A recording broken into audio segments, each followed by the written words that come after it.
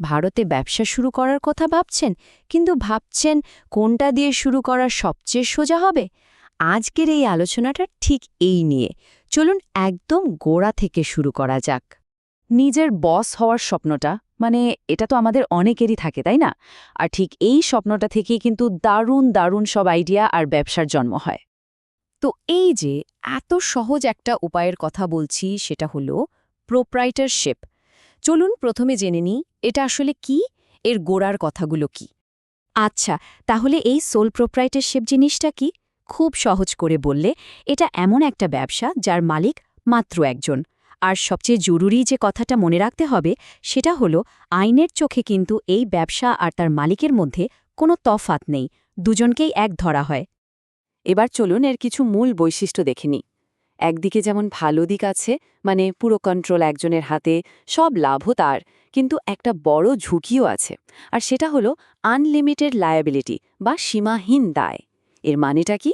মানে হলো ব্যবসার কোনো দেনার জন্য মালিকের ব্যক্তিগত সম্পত্তি, যেমন ধরুন বাড়ি বা গাড়ি, সেটাও ঝুঁকির মধ্যে পড়ে যেতে পারে।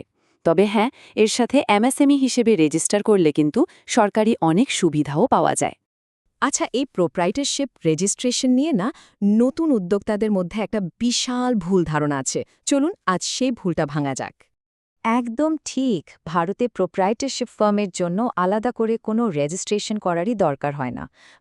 প্রোপ্রাইটারশিপ রেজিস্ট্রেশন বলে আসলে কিছুই নেই। পুরো ব্যাপারটা একটা মেথ। তাহলে প্রশ্ন হলো, এর মানেটা কি দাঁড়ালো?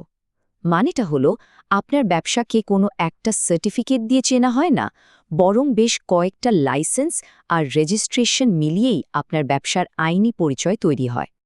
তো যদি কোনো সিঙ্গল রেজিস্ট্রেশন নাই থাকে, তাহলে আইনত একটা প্রোপ্রাইটারশিপ ব্যবসা দাঁড় করানো যায় কিভাবে? চলুন এবার সেই স্টেপ বাই স্টেপ চেকলিস্টটা দেখে নেওয়া যাক। আর মনে রাখবেন, ব্যাংক হোক বা অন্য কোনো সরকারি সংস্থা, তাদের কাছে আপনার ব্যবসার প্রমাণ হিসেবে কিন্তু এই রেজিস্ট্রেশনগুলোই কাজ করবে।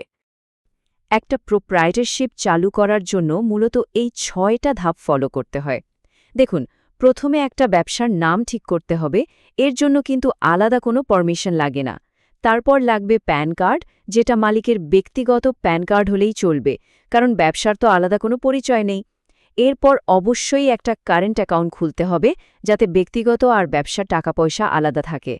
আপনার যদি কোনো দোকান বা অফিস থাকে, তাহলে কিন্তু শপ অ্যান্ড এস্টাবলিশমেন্ট অ্যাক্টের অধীনে রেজিস্ট্রেশন লাগবে। আর সবশেষে ব্যবসার টার্নওভারের ওপর নির্ভর করে জিএসটি রেজিস্ট্রেশন আর সরকারি সুবিধা পাওয়ার জন্য উদ্যম রেজিস্ট্রেশন, এই দুটো খুব জরুরি। আর এই পুরো প্রসেসটার জন্য কিছু জরুরি ডকুমেন্ট তো হাতের কাছে রাখতেই হবে, তাই না? যেমন প্যান কার্ড, আধার কার্ড, মালিকের আর ব্যবসার ঠিকানার প্রমাণ, ধরুন ভাড়ার চুক্তি বা ইলেকট্রিক বিল, আর ব্যাংকের ডিটেলস। এখানে একটা খুব গুরুত্বপূর্ণ সংখ্যা মনে রাখতে হবে।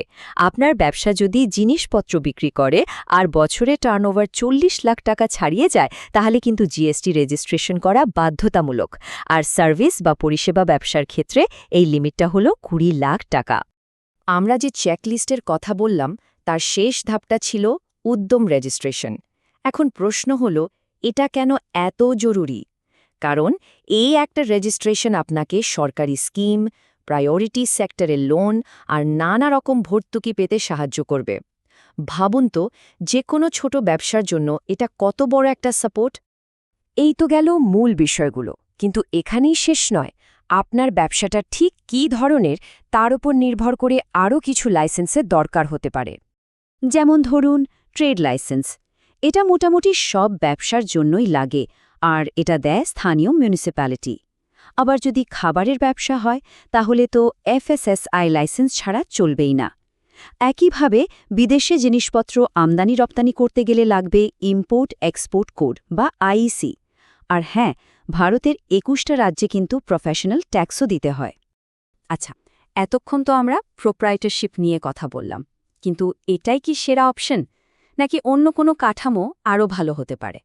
চলুন এবার একটা ছোট্ট তুলনা করে দেখি। এই তুলনাটা দেখলে পার্থক্যগুলো একদম পরিষ্কার হয়ে যাবে। দেখুন, লায়াবিলিটি বা দায়ের দিকটা প্রোপ্রাইটারশিপ আর পার্টনারশিপে কিন্তু এটা আনলিমিটেড, যা একটা বিরাট ঝুঁকি। কিন্তু এলএলপি বা প্রাইভেট লিমিটেড কোম্পানিতে এই দায়টা লিমিটেড। আবার দেখুন নিয়মকানুন মানার ঝামেলা। প্রোপ্রাইটারশিপে এটা সবচেয়ে কম, আর প্রাইভেট লিমিটেড কোম্পানিতে সবচেয়ে বেশি। আর সবচেয়ে বড় কথা, যদি বাইরে থেকে ইনভেস্টমেন্ট বা ফান্ডিং তোলার প্ল্যান থাকে, তাহলে কিন্তু প্রাইভেট লিমিটেড কোম্পানির কোনো বিকল্প নেই। তো এত সব তথ্য জানার পর এখন প্রশ্ন হলো, পরবর্তী পদক্ষেপ কি হওয়া উচিত? তাহলে পুরো আলোচনার সারমর্মটা কি দাঁড়ালো? এটাই যে প্রোপ্রাইটারশিপ হলো ব্যবসা শুরু করার সবচেয়ে সোজা আর দ্রুত রাস্তা। কিন্তু ব্যবসা যত বড় হবে, ওই যে আনলিমিটেড লায়াবিলিটির ঝুঁকি, সেটাও কিন্তু তত বাড়বে। এটাই এর সবচেয়ে বড় সুবিধে আর অসুবিধের জায়গা। শেষ পর্যন্ত প্রশ্নটা কিন্তু একটাই, যে বড় আইডিয়াটা নিয়ে ভাবা হচ্ছে, তার জন্য এই প্রোপ্রাইটারশিপ মডেলটা কি ঠিকঠাক লঞ্চপ্যাড, নাকি শুরু থেকেই লিমিটেড লায়াবিলিটির সুরক্ষা নিয়ে এগোনোটা বেশি বুদ্ধিমানের কাজ হবে? এই সিদ্ধান্তটা কিন্তু আপনাকেই নিতে হবে।